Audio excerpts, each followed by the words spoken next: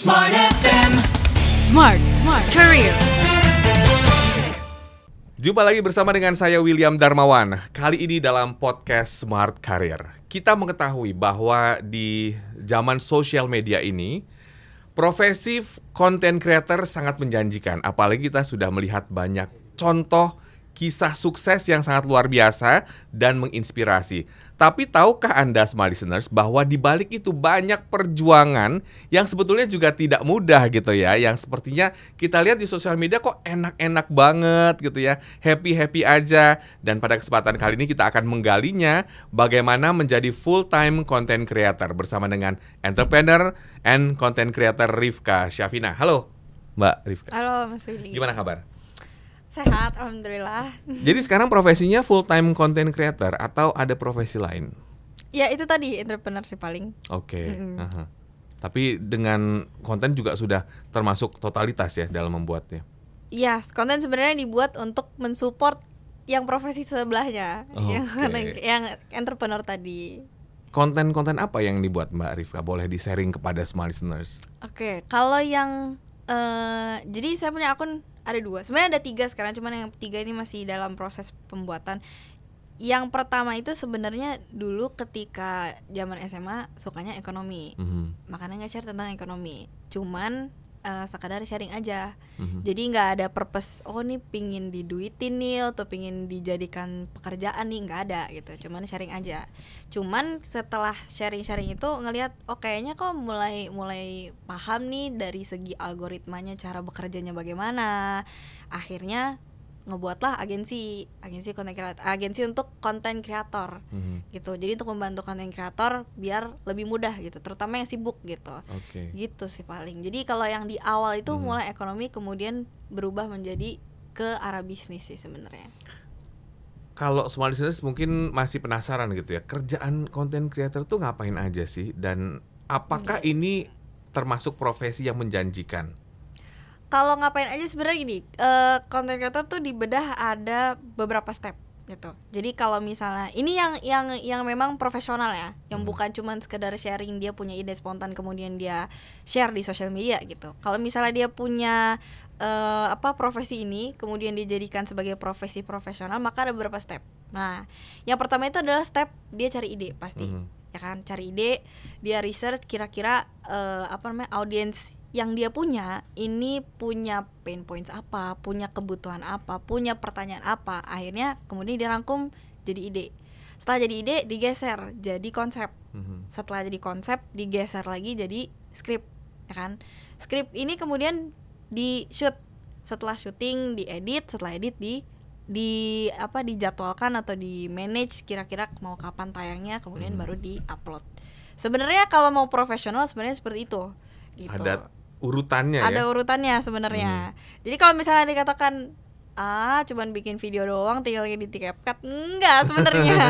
Tidak semudah itu. Tidak semudah itu sebenarnya. Gitu. Kalau misalnya begitu kan kadang-kadang juga banyak masyarakat yang hanya bikin video-video ya, story gitu, tapi tanpa alur yang jelas, akhirnya juga tidak menyampaikan informasi apa-apa gitu. Sebagian begitu kan. Tapi dengan skrip yang mungkin dibuat sebelumnya, konsepnya, akhirnya ketika di lapangan tuh bisa ketahuan gitu. Oke, kita mau ngambil gambar apa.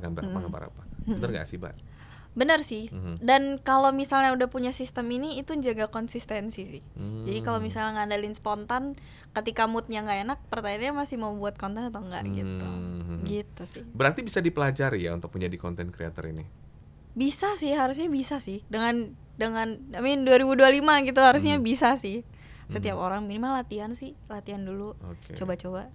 Latihan, kemudian dibiasakan untuk tadinya bikin skrip, dan baru kita mengambil gambar secara baik. Itu juga sebetulnya bisa dilatih ya? Bisa dilatih sih sebenarnya. Syaratnya apa nih jadi content creator? Harus good looking atau good communication atau unik gitu? Oke. Kalau misalnya ada yang nanya ketika mau jadi content creator pertama kali, belum pernah nyoba, itu lebih penting kualitas apa kuantitas? Kalau dia nanya gitu, aku kan jawab kuantitas. Kenapa? Karena ketika orang baru pertama kali mulai ngonten, dia belum tahu nih strength-nya dia apa. Ya, jadi dia belum tahu kekuatannya dia nih apa gitu. Ada orang yang memang dia good looking. Itu privilege yang memang bisa jadi strength-nya dia. gitu. Tambahan. Jadi ketika dia ngomong apapun orang dengar gitu. Tapi orang yang good looking dia harus nyari strength-nya dia yang lain.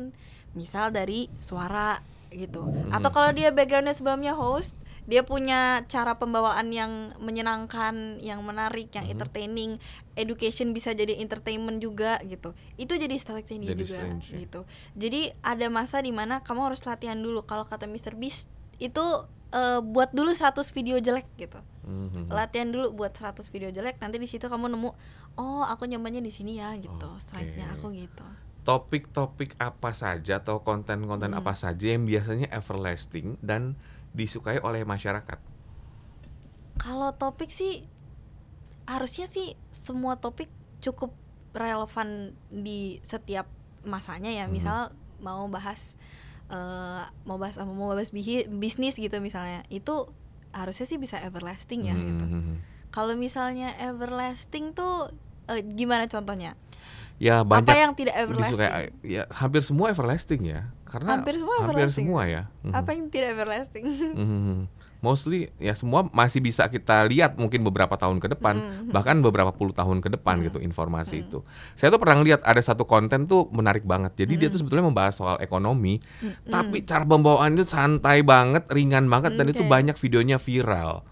Nah itu mungkin yang begitu kali ya, yang mungkin disukai oleh masyarakat. Sesuatu yang berat tapi disampaikan secara ringan dan mudah ditangkap gitu oleh masyarakat banyak gitu. Karena sosial media itu kan sifatnya sekilas gitu ya. Setuju nggak sih? Setuju sih. Harus membuat gimana caranya topik yang, apalagi kalau bahas topik yang berat ya. Topik misalnya gimana caranya orang dia backgroundnya perpajakan, mau jelasin ke orang-orang edukasi tentang pajak, tapi dibuatnya secara menarik gitu misalnya.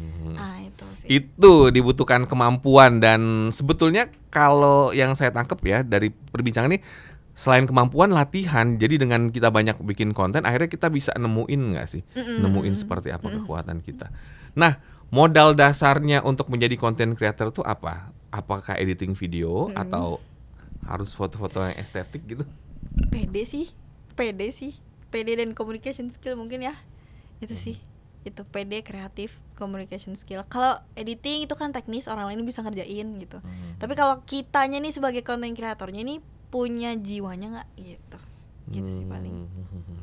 Termasuk profesi yang menjanjikan ya. Untuk beberapa tahun ke depan mungkin ada gambaran sampai berapa lama gitu profesi ini akan ramai diminati.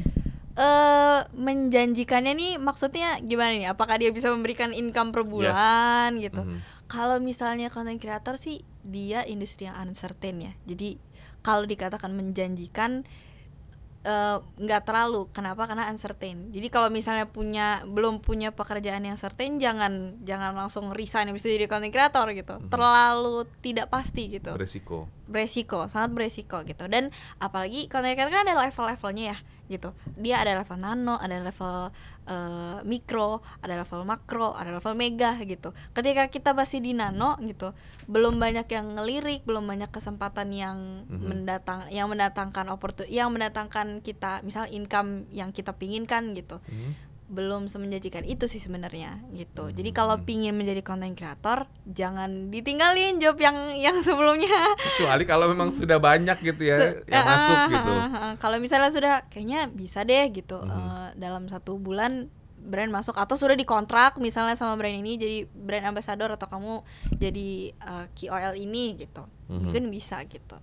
Apakah follower juga menentukan bayaran atau view atau jumlah follower tadi gitu ya? Atau apa sih sebetulnya menentukan nilai atau harga sebuah postingan gitu ya, baik story atau feed atau mungkin ulasan gitu di TikTok? Oh jelas sih, kalau misalnya followers dan engagement itu pasti jelas menentukan bayaran. Ini endorse ya konteksnya ya. Kalau konteksnya endorse ya pasti menentukan gitu. Dia ada di posisi level mana tadi gitu.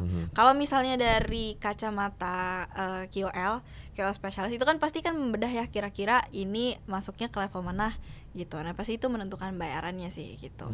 Makin besar harusnya makin banyak. Tapi kalau zaman sekarang ada keunikan untuk yang nano justru. karena dipandang ada pandangan dari masyarakat bahwa kalau misalnya dia terlalu besar itu kayaknya jadinya nggak jujur gitu, agak scripted, nggak bisa seblak-blakan itu gitu. Tapi karena ini nano, jadi dia bisa mengatakan hal yang menurut dia nih reviewnya ini jujur gitu. Makanya ketika ada brand masuk itu sekarang juga ngelihat atau juga ngelirik influencer-influencer yang levelnya nano gitu, nggak cuman yang mega atau makro atau yang besar-besar aja, tapi yang nano juga punya potensi untuk dilirik sama brand sebenarnya. Karena secara trust itu lebih ada di yang nano gitu. Gitu sih. Jadi untuk yang masih belum terlalu banyak followernya, kesempatan tuh ada ya, karena tetap brand ada sebenarnya. Sekarang juga sudah melirik. Tetap ada, tapi dia harus punya kolam yang sangat kuat. Oke. Gitu. Kolam apa nih Mbak? Kolam misal ikan tadi apa gimana?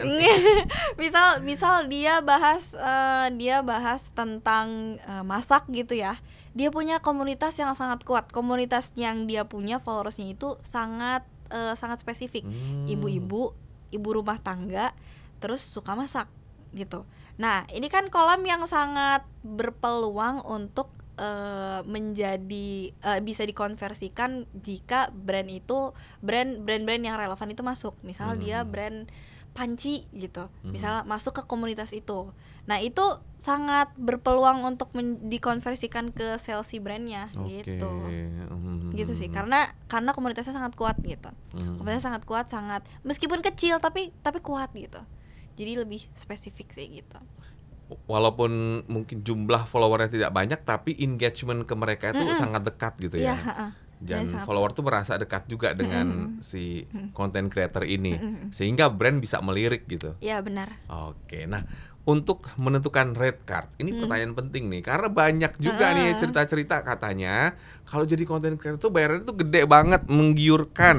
Itu real atau mitos nih Mbak? Tergantung dia levelnya di mana sih sebenarnya. Tergantung levelnya di mana. Kalau tadi untuk menentukan rate card, nah ini juga banyak nih orang-orang yang dia nggak tahu positioning dia sebenarnya di mana nih.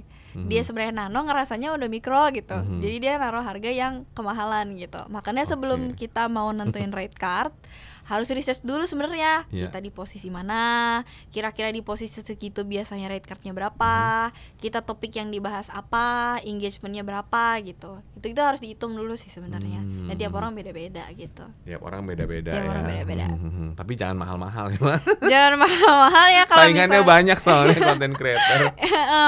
Saingannya banyak dan ya itu tadi sih, kalau misalnya salah harga juga yang mau nge-hire dia jadi kayaknya belum se-impactful itu gitu. Udah dibayar mahal tapi nanti impactnya nggak seberapa, justru malah reputasinya dia sendiri yang kurang sih gitu.